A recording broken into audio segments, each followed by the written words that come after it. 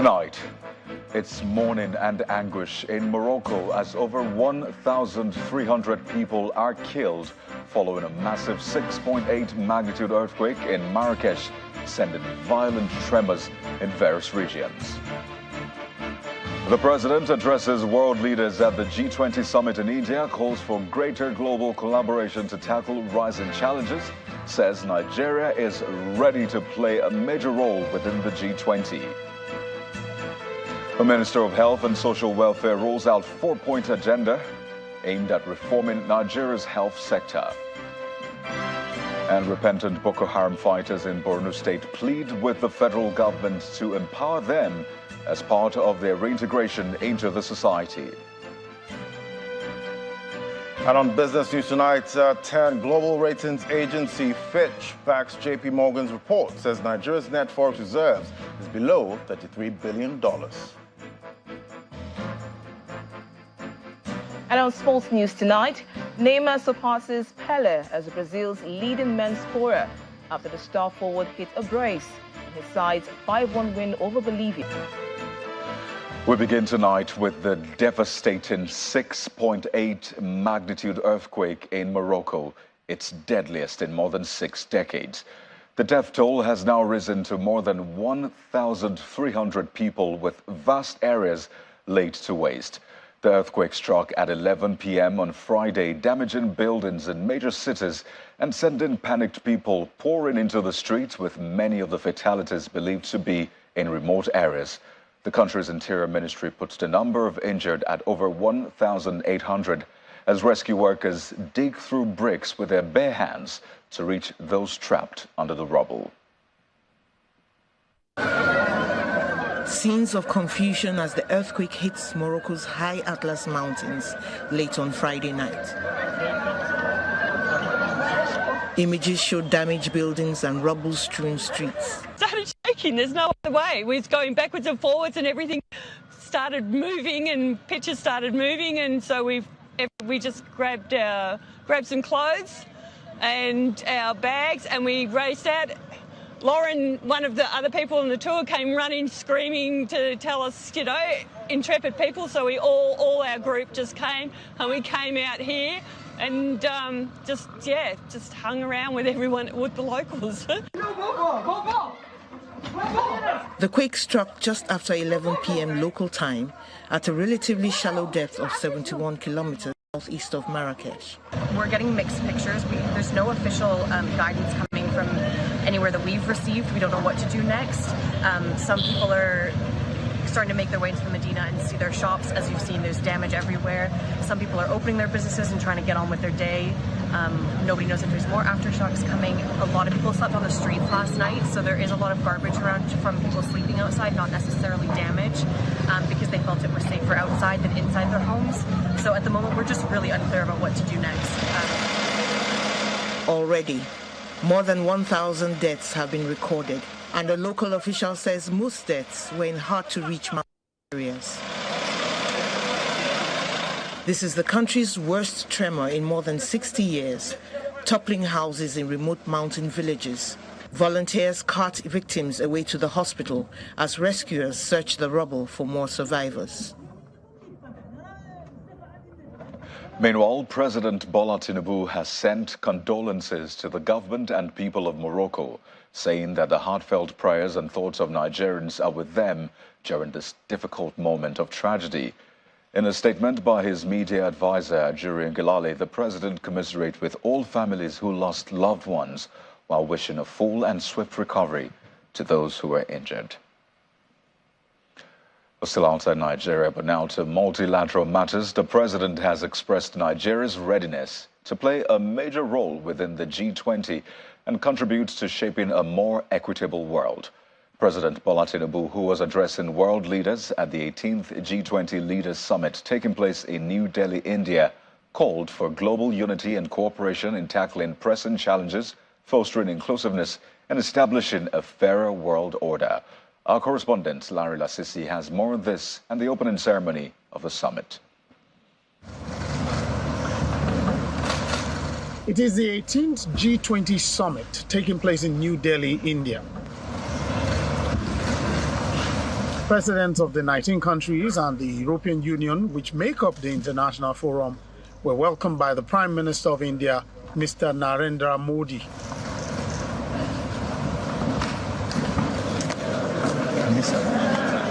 In his welcome speech, the Prime Minister observed that after COVID-19, a huge crisis of lack of trust has developed in the world, deepened by conflict. He called for a transformation of this global trust deficit into global trust and confidence. Permanent membership. The highlight of his speech was the announcement of the African Union as a permanent member of the G20.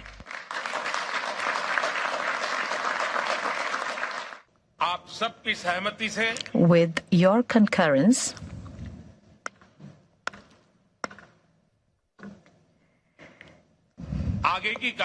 before we proceed,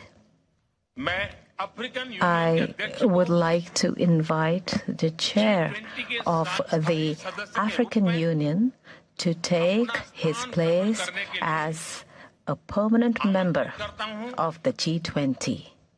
President Bola Tinubu also addressed world leaders at the forum, and in a statement from his media aide, Mr. Juri Ngelale, he expressed Nigerians' commitment to play a major role within the G20 and contribute to shaping a more equitable world.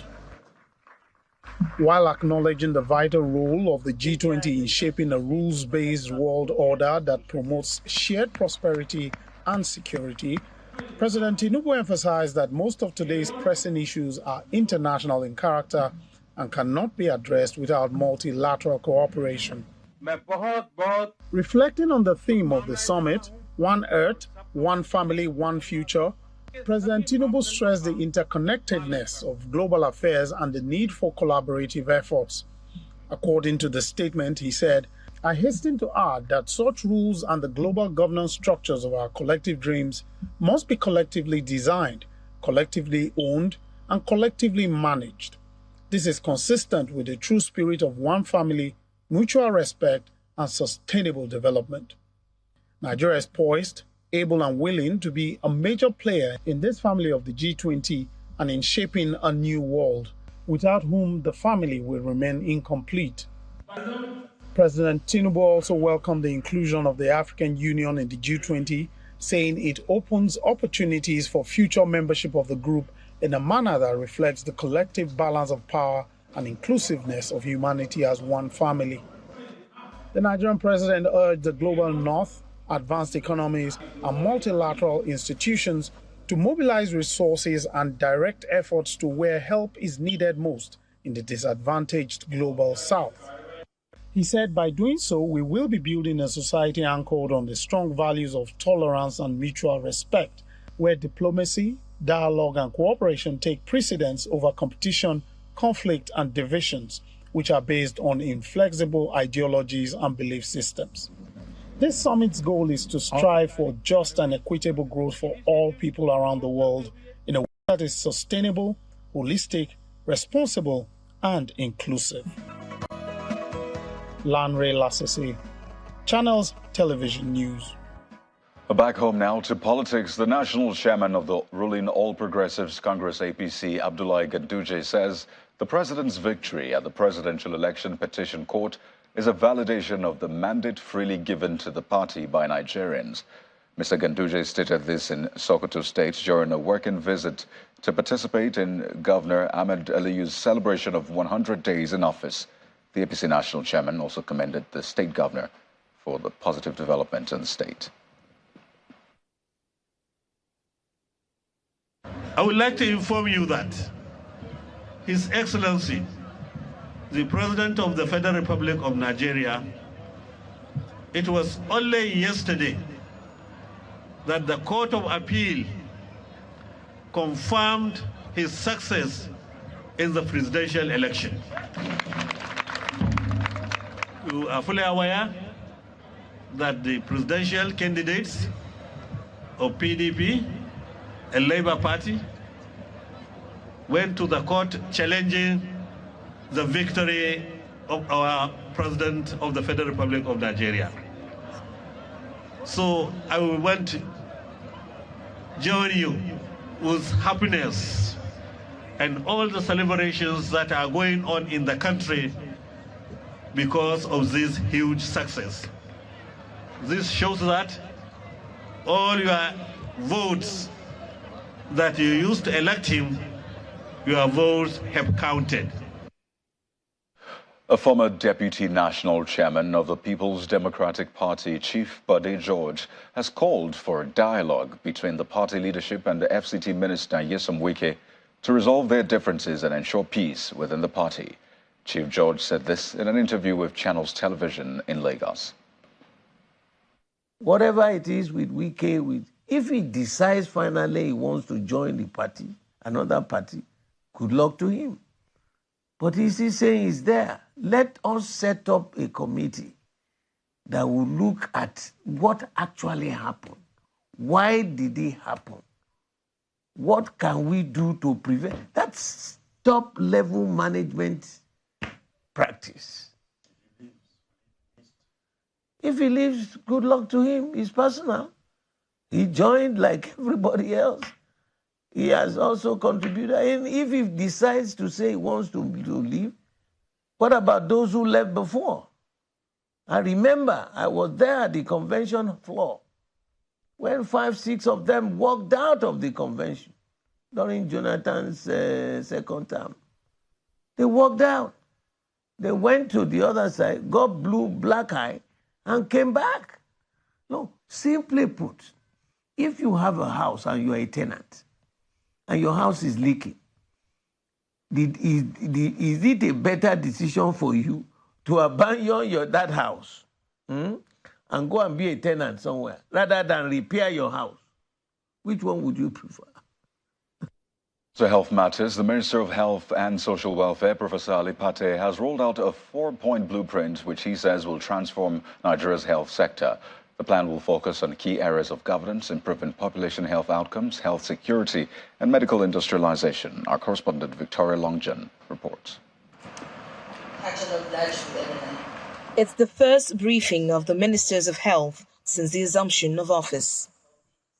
This briefing, which is attended by the Permanent Secretary of the Ministry, Mrs. Kachilum Daju, and directors in the Ministry of Health, is following a 3-day ministerial briefing session with departments and parastatals under the Ministry of Health.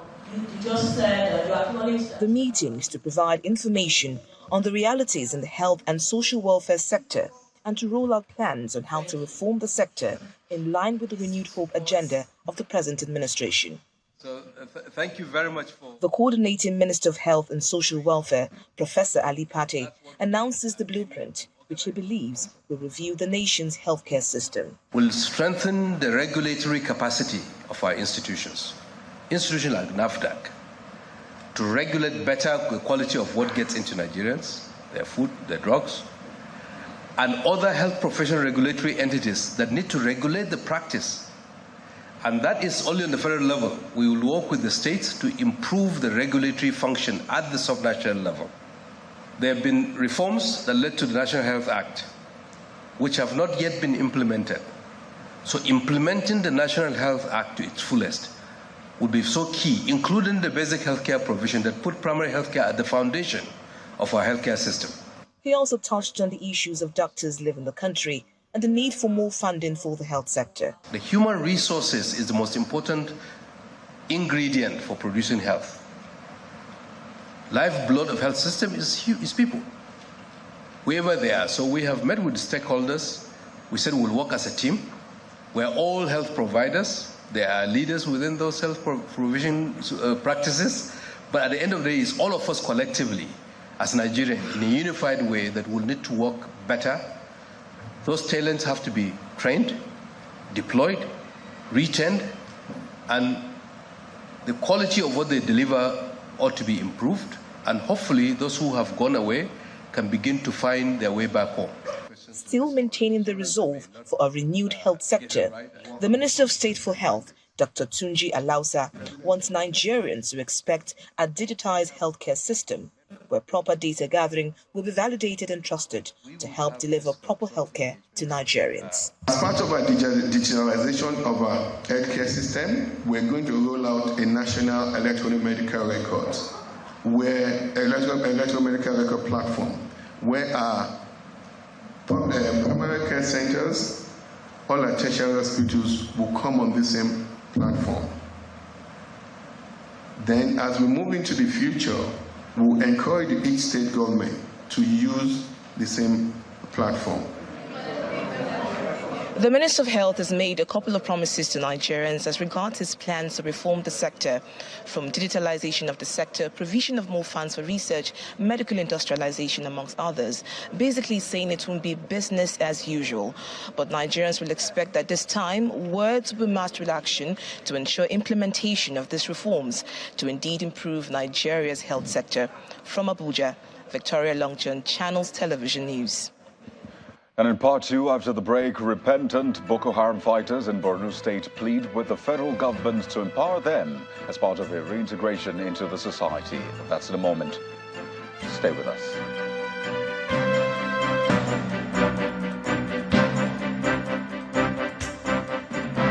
Hey, welcome back. If you've just joined us, you're watching the news at 10, coming to you live from Channels Television. Here's a reminder of our top stories. It's mourning and anguish in Morocco as over 1,300 people are killed following a massive 6.8 magnitude earthquake in Marrakesh, sending violent tremors in various directions. The president addresses world leaders at the G20 summit in India, calls for greater global collaboration to tackle rising challenges, says Nigeria is ready to play a major role within the G20. Minister of Health and Social Welfare rolls out 4-point blueprint aimed at reforming Nigeria's health sector.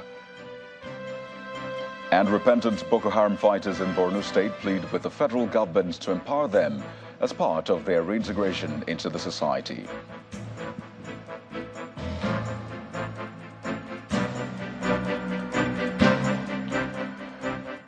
And now to Imo State, where the people of Oguta local government area are the latest beneficiaries of the healthcare initiative of the state government. Barely a day after commissioning a hospital facility in Ohaji Egbema local government area, Governor Hope Uzodinma has inaugurated another 42-bed general hospital in Oguta town. He says the project is part of his commitment to providing quality healthcare for the people of the state. A busy week of project's inauguration for Governor Hope Uzodinma, beginning with a 42-bed general hospital in Ohaji Egbema local government area of the state,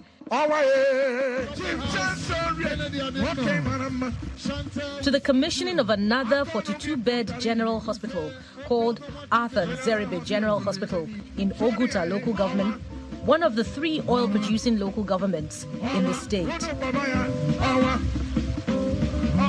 The Commissioner of Health gives brief details of the facility. It is a special hospital because it is being housed in the same compound with an already existing general hospital that has been serving the good people of Oguta. That was a 13-bedded hospital, making it an expansion of the original hospital to a 55-bedded hospital. According to the board chairman of Imo State Oil Producing Area Development Commission, His Royal Highness Dele Odigbo, the project shows that the Uzodinma-led administration has the interests of the people at heart. This shows this administration vision of what medical services and access roads should look like in Nigeria. And for the governor, his commitment to providing quality health care for indigents of the state is non-negotiable. We brought this facility to show, at least for once, in the 3 local governments producing oil. We commissioned that of Ohaji Egbema yesterday. We are commissioning this today. And we also commissioned that of Oru East next week. Our people must have access to good Medicare. Our people must have access to treatments that will make their life to be maintained and protected. In the name of the Father, and of the Son, and of the Holy Spirit.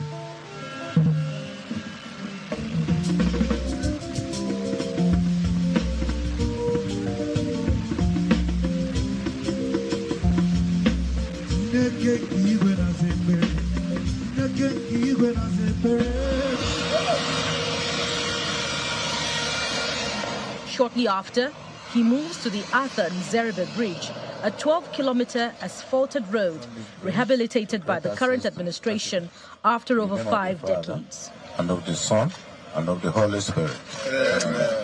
Governor Hope Uzodimma says he will be commissioning more infrastructure projects that will be beneficial to the people of the state. Now, against the backdrop of last year's flood disaster and the predicted flooding this year, the Rivers State government has launched a roadmap to mitigate the effect of the impending flood in the state. At the launch in Aoda East local government area, the deputy governor who represented Governor Siminalayi Fubara explained that the roadmap is segmented into 3 phases. That's the before, during and after the expected flood. The forecast by the Nigerian Meteorological Agency in February this year predicted flooding in 15 out of the 23 local government areas of Rivers State, with some of the designated areas still suffering the impact of last year's disaster.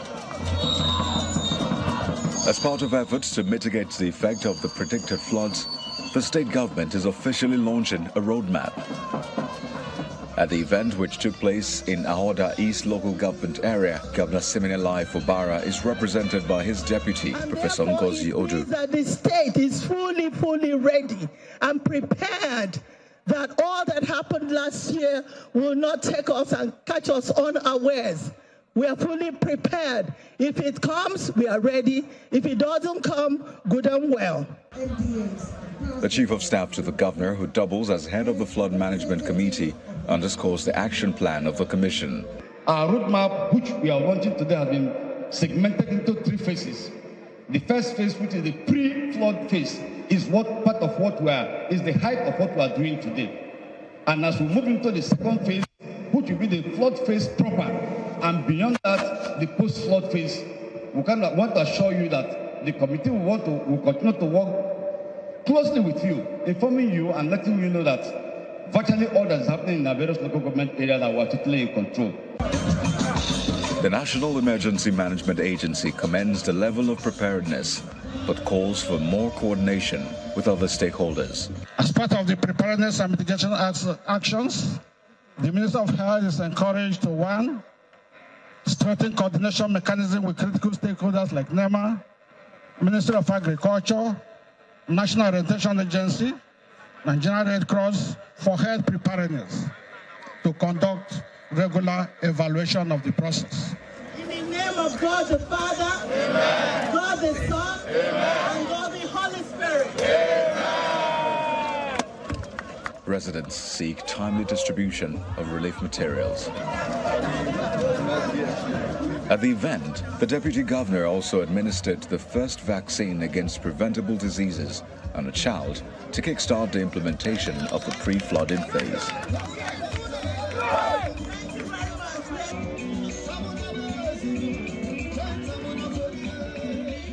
Staying in the Niger Delta, where the Minister of Niger Delta Development, Mr. Abubakar Momo, has begun a tour to ascertain the level of infrastructural deficit for immediate action by the federal government. The minister, on arrival at the Port Harcourt International Airport, said that the tour will also review the state of infrastructural projects executed by the ministry and the Niger Delta Development Commission across the region. The Minister of Niger Delta Development, Mr. Abubakar Momo, is in Port Harcourt, the river state capital, to kick off a tour of infrastructural projects across states in the region. We have received briefs from various departments and also from the NDDC. It's very necessary we also go to the field and see for ourselves some of those items that are contained in the brief with a view to enabling us define priorities and programs for the Niger Delta region. The team moves straight to the field, and their first port of call is the deplorable LMS section of the east-west road which leads to the Port Harcourt refinery, the Onne seaport, and other national assets. The minister laments the state of the road, but gives assurances of urgent intervention. Mr. President is very much committed towards rehabilitating the refinery. And when the refinery comes on board, where would they evacuate their products? It's a problem. So I think with what we have seen so far, something needs to be done urgently to do this road in proper shape, so that apart from the natives, most of the economic activities that are going on here will continue to travel for the betterment of our country. Next is the 11.4-kilometer Port Harcourt-Okrika Bridge, undertaken by the Niger Delta Development Commission. The NDDC Managing Director briefs the Minister on the status of the project. The project is stalled. We came back on site and we decided to review it. And after reviewing it, we decided to go into discussion with Rivers State Government on a partnership basis, which Rivers State Government have also bought into the partnership by aligning it into their Ring Road project. And the partnership discussion is ongoing and it will soon be consummated. The entourage of the minister then pays a working visit to the headquarters of the NDDC.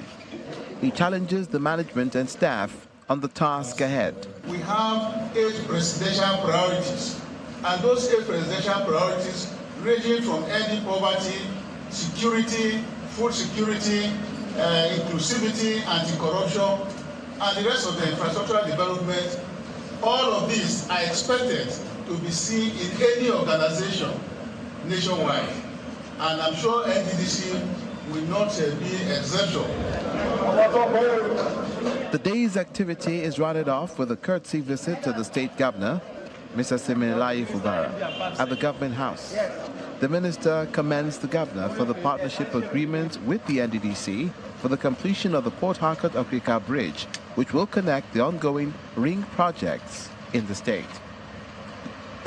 And out of the northeast, where repentant Boko Haram members are asking the federal government to provide them with means of livelihood as they are resettled back into communities after undergoing series of rehabilitation.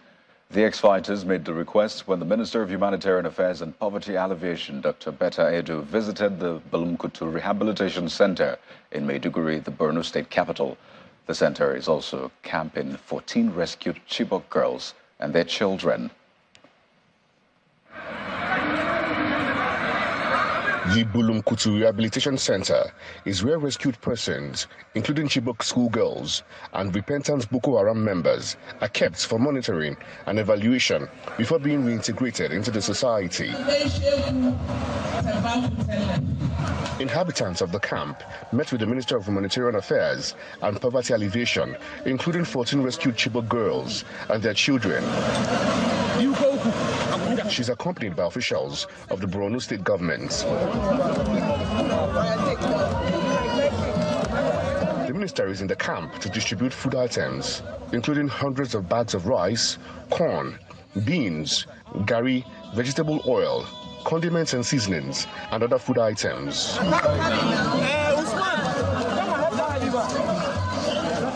However, some of the repentant fighters have a request for the government. We took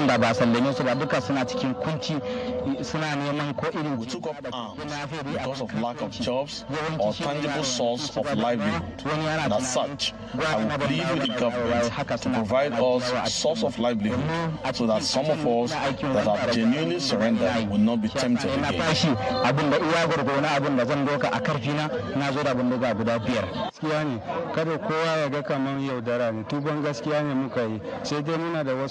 I'm still living in the camp, although I have been freed by the authorities, but I have nowhere to go. Many of us are idle to the point that some are already contemplating returning to the bush.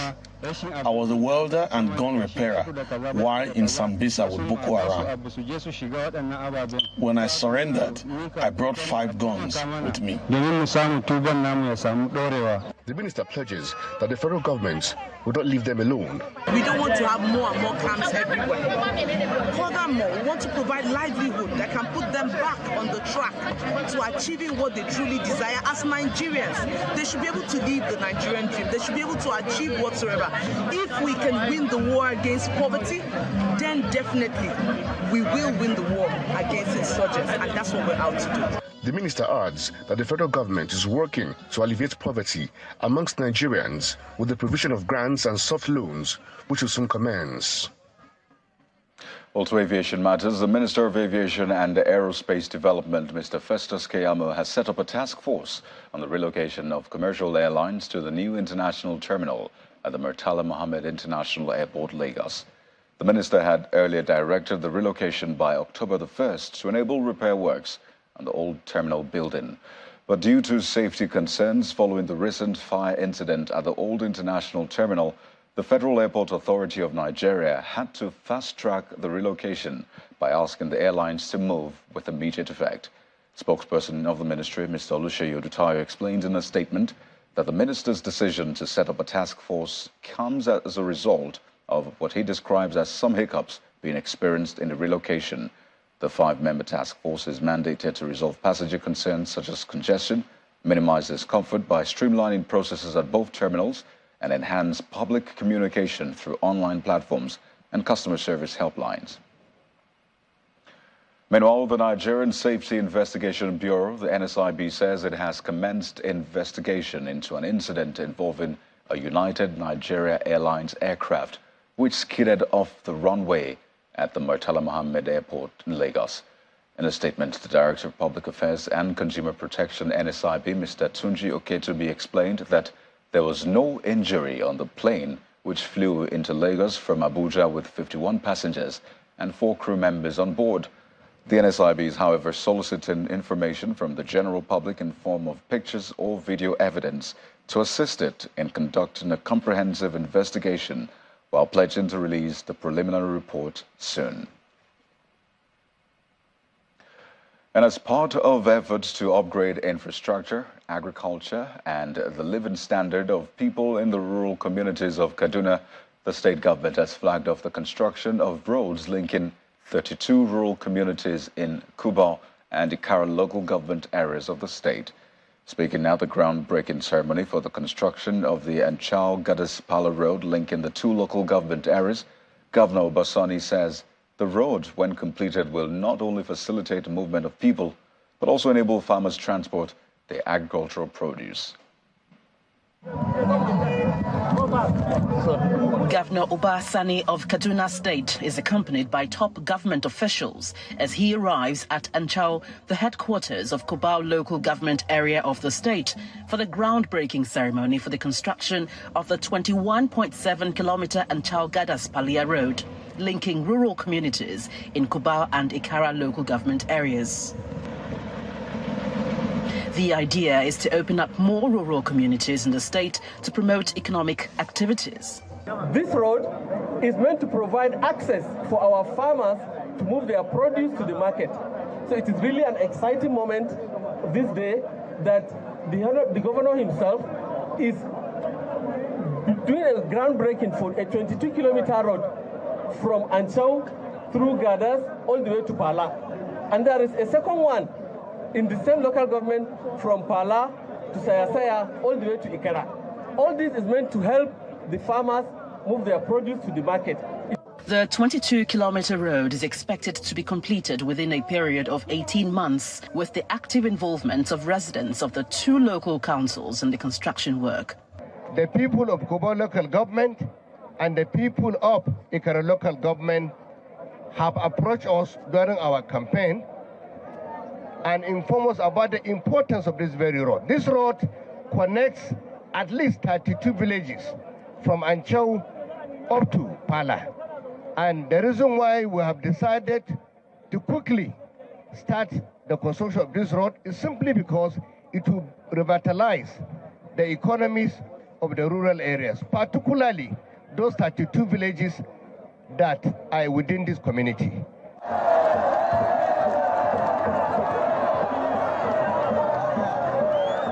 The transformation of rural communities in Kaduna State is a key component of the administration of Governor Sani, and he believes these efforts will ultimately improve the economic well-being of the rural dwellers in the state.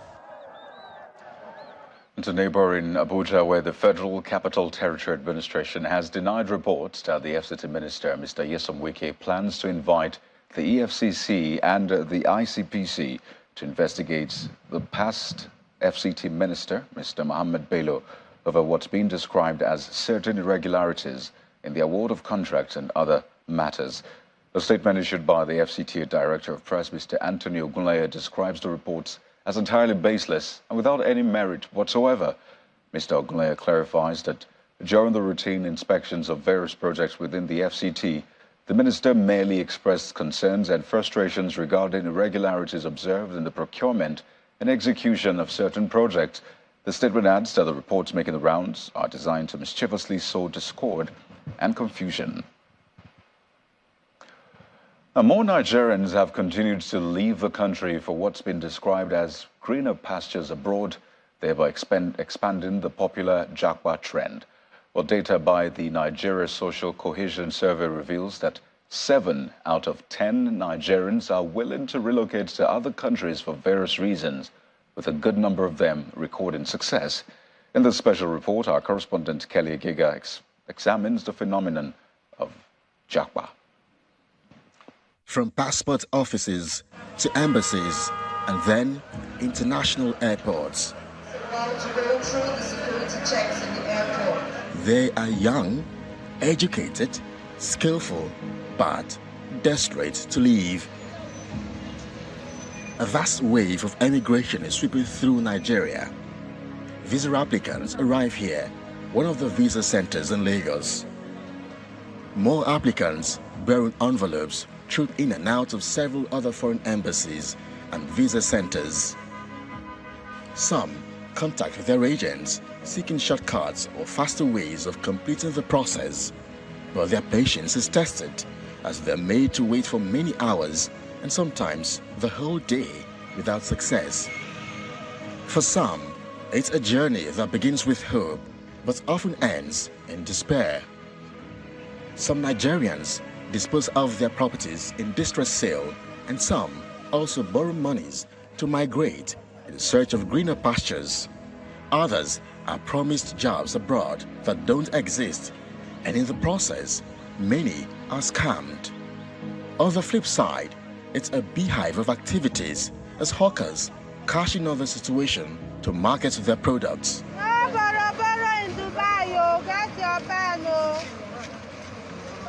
But let's put some numbers to this scenario.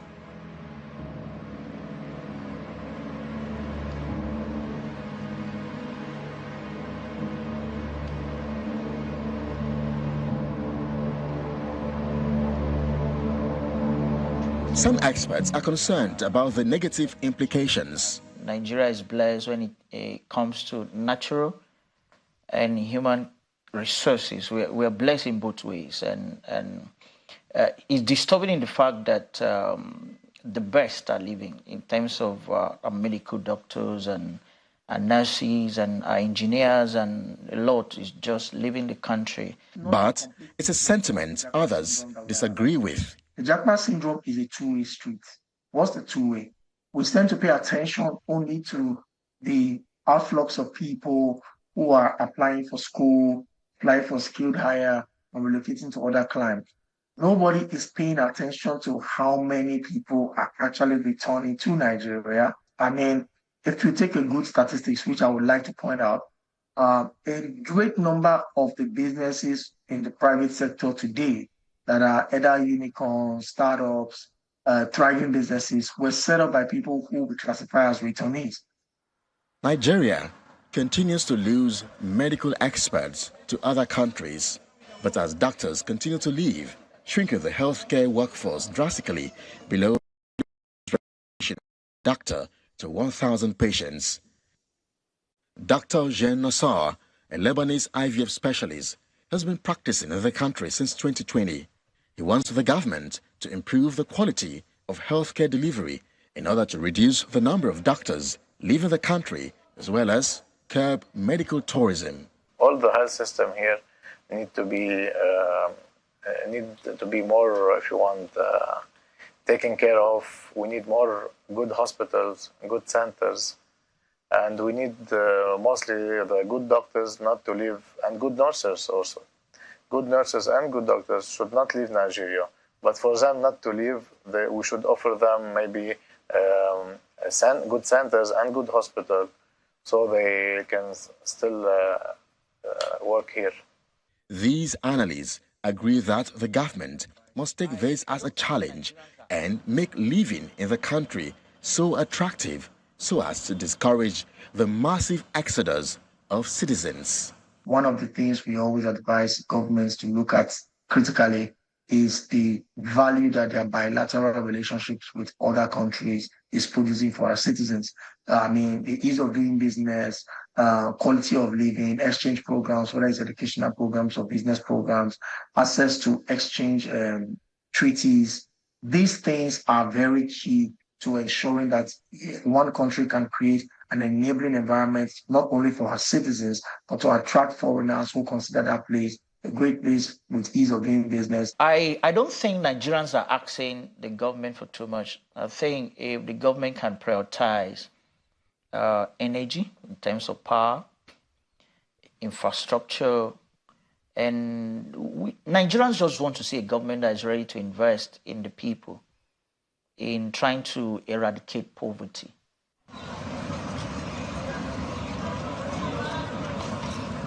So the expression on the faces of these visa applicants tell the story of desperation. They want to get out of the country by all means and all cost. And that's why some go through the Sahara Desert and others attempt to cross the Mediterranean Sea, thereby putting their lives in harm's way.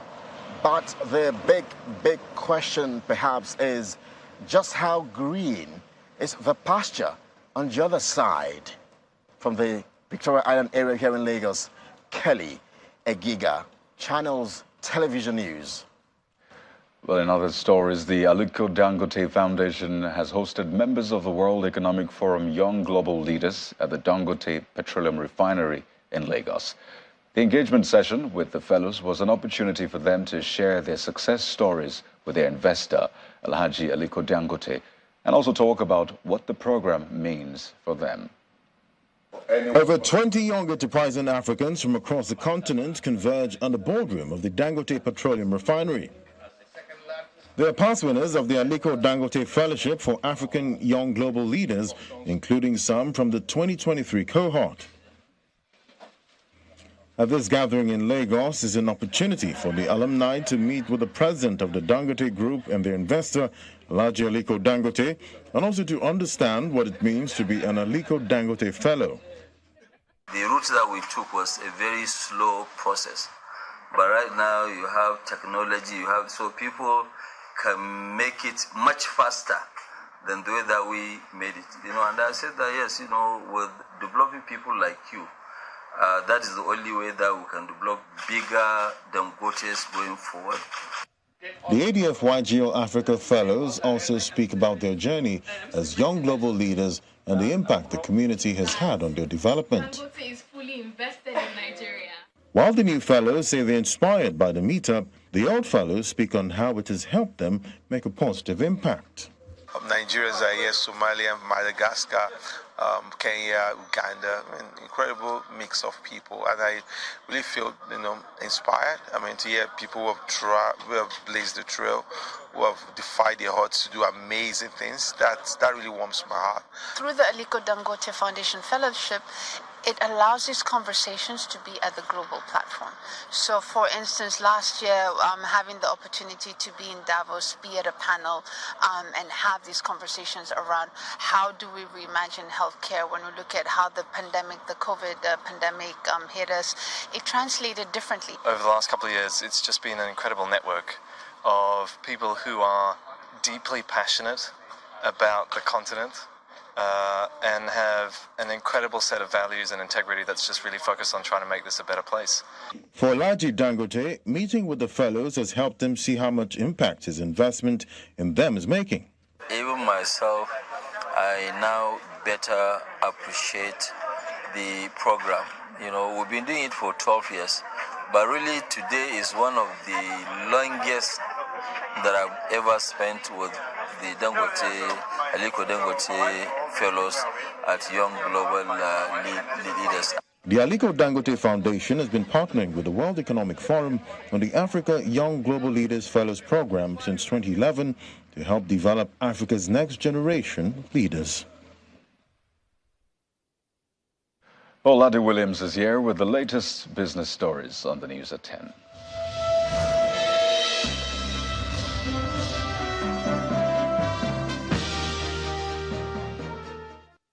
Thanks, Kayode. In business news, global ratings firm Fitch Ratings has countered Nigeria's central bank's estimation that the country's net forex reserves is around $33 billion.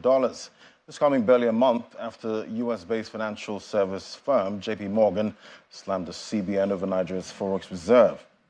According to the international rating agency, as a report titled Nigeria's Weaker Reserves Highlights External Risk and Policy Challenges, Fitch suggested that the country's net reserve position may be weaker than anticipated and emphasized its external vulnerabilities.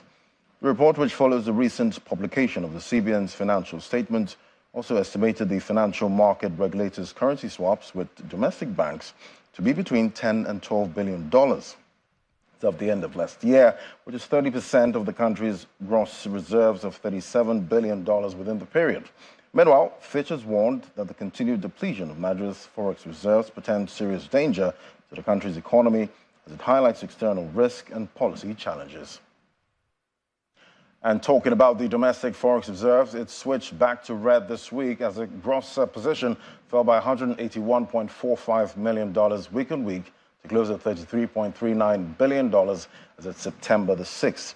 Analysts attribute the latest drop in the external buffers to continued intervention by the CBN amid low inflow of foreign currency into the country and the lingering low production of crude oil for export. Recently, a report by the Nigerian Economic Summit Group mentioned that the country's forex reserves fell by 8.3% from $37.1 billion recorded in January this year to $33.9 billion as of July this year. Meanwhile, trading activity at the FMDQ exchange ended negative this week as the total turnover of transactions carried out fell by 19.20% to $445.58 million as of September the 8th. However, the mixed activities at the FX spot segment of the market recorded a 19.25% drop in turnover, while the FX derivatives recorded a 15.28% increase, which is solely driven by FX forward segment. However, there was no trades executed in the exchange-traded FX futures and extant Naira-settled OTC FX futures markets for the week. Meanwhile, at the Nigerian Autonomous Foreign Exchange window of the market, the Naira slipped slightly from a level recorded last week to close at 772 Naira 13 cover. And from there, we head to the domestic equities market, which closed positive this week. Bargain hunting for high-value stocks by investors countered the impact of profit-taking. As a result, the all-share index advanced by 0.91% to a comfortable level within the historic high of 68,000 points. At the same time, activity levels were stronger as trading volume and value that grew by 5.3% and 38.5% week on week, while sectoral performance was mixed. Computer Warehouse Group topped the 51 gainers list by 44.14%, while Calarams led 33 other losers, down 18.77%, while the trio of Wando, Fidelity Bank, UBA were the top three most traded equities for the week. Now let's bring you some key expectations for the financial market in the coming week. Investors will be focusing on the 360 billion naira bond auction offer to be carried out by the Debt Management Office. That's on Monday, September 11th. Now, the bonds market, traders expect bearish activity in that market segment as a result of bond auctions expected to influence the secondary market.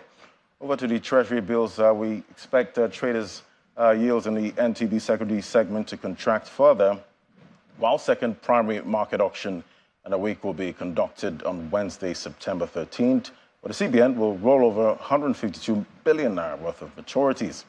For the money market, the overnight lending rate is expected to continue downward trend as 360 billion naira September FGN bond auction. The debits would offset an expected 51.2 billion naira. At the equities market, mixed sentiment is anticipated amid current rally in the market. And lastly, all focus will be on August inflation report to be released by the National Bureau of Statistics. That's on Friday, September the 15th. And that's Business News. I'm Ladi Williams. It's back to Kayode, the rest of News at 10.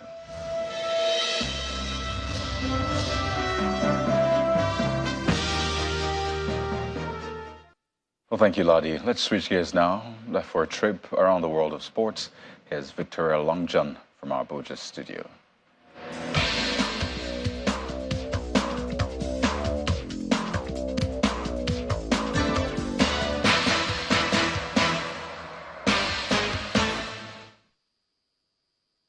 Thank you, Kayode. Hello and welcome to Sports News. The Super Eagles of Nigeria will host Sao Tome and Principe in the final fixture of the African qualifier on Sunday at the Godswill Akpabio Stadium in Uyo.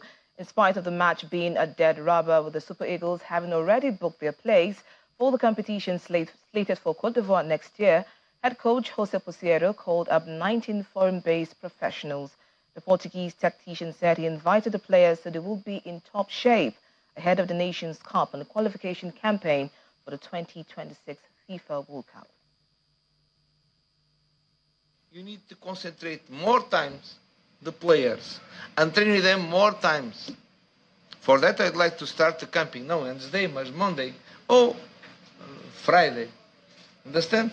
No, I don't discuss about the capacity of other players.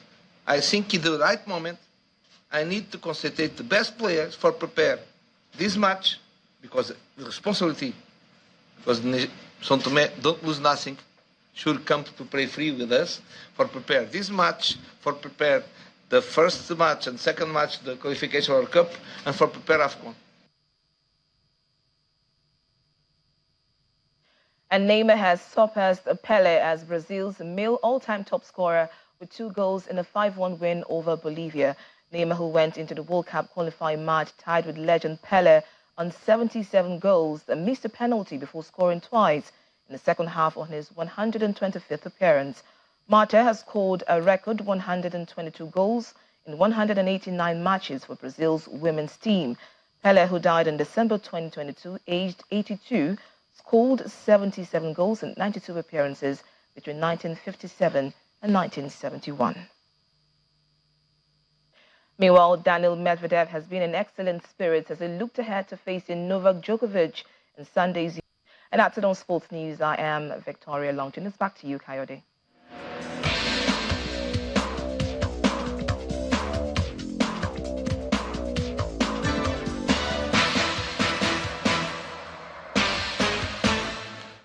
Thank you, Victoria. North Korea has marked the 75th anniversary of its founding with a parade attended by Russian diplomats and a Chinese delegation. The event in Pyongyang's Kim Il-sung Square featured uniformed paramilitary brigades, North Korean leader Kim Jong-un, a Russian military song and dance ensemble, and officials from Beijing were all in attendance. The event follows reports that Mr. Kim might meet Vladimir Putin this month. Reports say Mr. Kim is planning to travel to Russia to discuss with the Russian president the possibility of North Korea providing Moscow with weapons to support its war in Ukraine. And the main news again. Over 1,300 people were killed after a massive 6.8 magnitude earthquake hit Marrakesh, sending violent tremors in various regions. The earthquake has been described as the deadliest in Morocco in decades. President Bola Tinubu has addressed world leaders at the G20 summit in India, where he called for greater global collaboration to tackle rising challenges, as he says Nigeria is ready to play a major role within the G20. And the Minister of Health and Social Welfare, Professor Ali Pate, has rolled out a 4-point blueprint aimed at reforming Nigeria's health sector. And that's the news at 10 for tonight, everyone. Thank you for watching. I'm Kayode Kikiru. Good night.